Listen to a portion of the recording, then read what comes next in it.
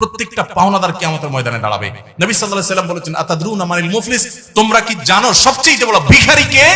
সাহাবীরা বলছেন, আল মুফলিসু ফিনা মান লা দিনার লাহু ওয়া লা দিরহাম। হে আল্লাহর রাসূল, যার টাকা পয়সা নাই সেই তো ভিখারি। নবী সাল্লাল্লাহু আলাইহি ওয়াসাল্লাম বলেছেন, আরে এটা আসল ভিখারি না, আজকে টাকা নাই কালকে আসবে। আসল ভিখারি হলো দুনিয়াতে বহু মাহফিলে ওয়াজ শুনতে আসছে, বহুত মাহফিলে ওয়াজ করছে, বহুত মসজিদ করছে, মসজিদের সভাপতি ছিল, ইমাম ছিল, সেক্রেটারি ছিল, হাজী সাহেব ছিল, গাজী সাহেব ছিল, কোরআন তেলাওয়াত করছে, দান সাদাকা করছে, সুবহানাল্লাহ পড়ছে, তাসবিহ পড়ছে, অনেক ভালো ভালো কাজ করছে। মাগার এই ভালো কাজ করে যে সওয়াবের পাহাড় নিয়ে গেছে কিয়ামতের ময়দানে আল্লাহর কাছে মুছে তাও দিয়া জান্নাত আশা করতে গেছে, তখন আয়েশা আল্লাহর কাছে হাজির হইছে একজনের কাছে, আল্লাহ এই লোক যৌবনকালে কলেজে পড়া অবস্থায় আমি রিকশাওয়ালাকে অন্যায় ভাবে অত্যাচার ভাবে আমাকে দুইটা থাপ্পড় দিয়েছিল, গরিব মানুষ কিচ্ছু বলতে পারি নাই, সেদিন কোথাও বিচারও পাই নাই, কারণ আমি রিকশাওয়ালা, তার অনেক ক্ষমতা ছিল। আজ হে আহকামুল হাকিমিন, হে সকল বিচারকদের বিচারক, হে সবচেয়ে বড় শাসক, হে রব্বুল আলামিন, আজ আমি বিচার চাই। আরেকজন এসে বলবে, আল্লাহ আমার জমির আইল ঠেল ছিল, বলতে পারি নাই, তার ছেলেরা অনেক পাওয়ারফুল ছিল, আজ আমি বিচার চাই। এক একজন হকদার যখন আসবে, তার ওই যে সারা জীবনের কামাই করা হজ উমরা সওয়াব এগুলা থেকে দিয়ে দিয়ে বিদায় দেওয়া হবে, হক দিয়ে দিয়ে বিদায় দেওয়া হবে। সেদিন তার টাকা দিয়ে বিদায় দিতে পারবে না, সওয়াব দিয়ে বিদায় দেওয়া হবে।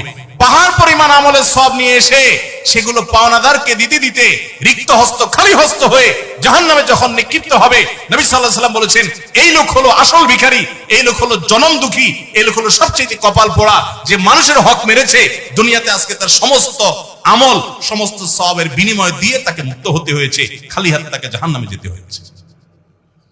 তো হাজী সাহেব আমাকে বলছিলেন, হুজুর আমি যখন এই হাদিস জানলাম তখন চিন্তা করলাম, হায়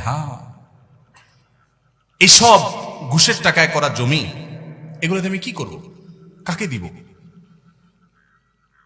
তখন আমি এগুলো পাওনাদারকে তো ফেরত দেওয়ার সুযোগও নাই হুজুর, তো কি করব? আমি আমার দায় মুক্তির জন্য ওই পাওনাদারদের তরফ থেকে দান করে করে মুক্ত হচ্ছে হুজুর। ছেলেরা তো সেটা বুঝতেছে না। অতএব অপরাধ এবং 2 নম্বর পথে কামাই করবেন, দেখতে খুব চকচকা ফকফকা লাগবে, মনে শান্তি পাবেন না। মনে শান্তি পেতে হলে হালাল উপার্জন করতে হবে, চেষ্টা করা যাবে না ইনশাআল্লাহ। আল্লাহ আমাদের সবাইকে তৌফিক দান করুন, হিম্মত দান করুন, বাবাদেরকে মায়েদেরকে হিম্মত দান করুন, আমাদের মেয়েদেরকে হিম্মত দান করুন, পুরুষদেরকে আল্লাহ তাআলা হিম্মত দান করুন। খুব লজ্জা হয় আমার, আমরা মুসলমান, আমরা চুরিদারি 2 নম্বরই করি, আবার ওয়াজও শুনি। পৃথিবীর অনেক উন্নত দেশ আছে, তারা দুর্নীতি করে না, তাদের অনেক খারাপ জিনিস আছে, কিন্তু তারা কি করে না? দুর্নীতি করে না। আপনি ইউরোপ আমেরিকাতে যান, আপনি জাপান কোরিয়াতে যান, আপনি পৃথিবীর উন্নত দেশগুলোতে যান, তাদের মধ্যে ঈমান নাই, তাদের মধ্যে অনেক জিনিস নাই, কিন্তু তাদের মধ্যে দুর্নীতি নাই, তারা অসৎ না, তারা অবৈধভাবে আরেকজনের সম্পদ আত্মসাৎ সাধারণত করে না। অথচ এটা আমাদের মধ্যে থাকা দরকার ছিল, আমরা নামে মুসলমান। মনে রাখবেন, ইসলাম শুধুমাত্র ওয়াজ শোনার নাম না, ইসলাম আমল করার নাম। এত কথা আপনাদেরকে বলতাম না, শুধু ওই বেশি বেশি ঠিক ঠিক বলছেন, এই জন্য এতগুলো কথা শোনালাম। অতএব ঠিক ঠিকের উপরে থাকবেন না, আমল করবেন। আরেকজনের গায়ে যাচ্ছে সেজন্য ঠিক ঠিক বললেন, পাশে একটু খোঁচাও দিলেন, হ্যাঁ আশেপাশে একটু খোঁচা দিলেন একজনের, হ্যাঁ ওই যে চাচারা দিচ্ছে বাঁশ হুজুরে, দেখছো চাচা ঘর উঠেছে রাস্তার কাছে, হ্যাঁ ধরা খাইছিনি আজকে।